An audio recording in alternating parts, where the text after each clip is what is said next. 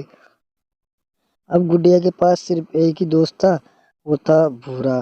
اسی کے ساتھ کھیلتی، اسی کے ساتھ اسکول جایا کرتی تھی۔ ایک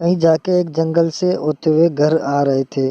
رات کا سمے ہو گیا تھا، پھر ایک شیر ان دونوں کے سامنے آ کر کھڑا ہو جاتا ہے اور پوچھنے لگا کہ بتاؤ میں تم دونوں میں سے کسے کھاؤں؟